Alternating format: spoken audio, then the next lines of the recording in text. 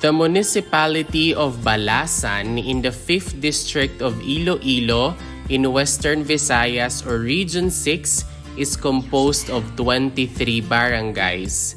The area is about 54.27 kilometers squared or 20.95 square miles.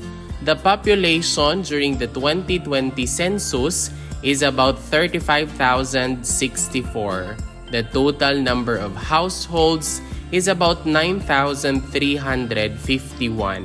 For its economy, it's a fourth municipal income class with revenue in 2020 of about 134 million, assets of about 379.9 million in 2020, 102.5 million of expenditures in 2020, and the total liabilities in 2020 is 60.98 million.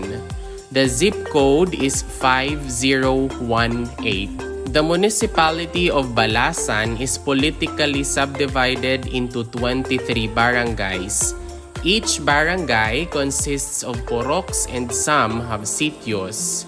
The following are the 23 barangays comprising the Municipality of Balasan: Barangay Aranjuez, Barangay Bacolod, Barangay Balantian, Barangay Batuan, Barangay Kabalik, Barangay Kamambugan, Barangay Dolores, Barangay Gimamanay, Barangay Ipil, Barangay Kinalkalan, Barangay Lawis, Barangay Malapok, Barangay Mamhot Norte, Barangay Mamhot Sur, Barangay Maya, Barangay Panian, Barangay Poblacion Norte, Barangay Poblacion Sur, Barangay Kiasan, Barangay Salong, Barangay Salvacion, Barangay Tinggian, and Barangay Zaragoza.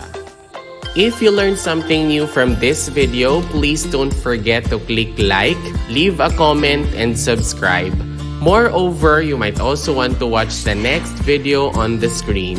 Maraming salamat, thank you for watching, and see you in the next video.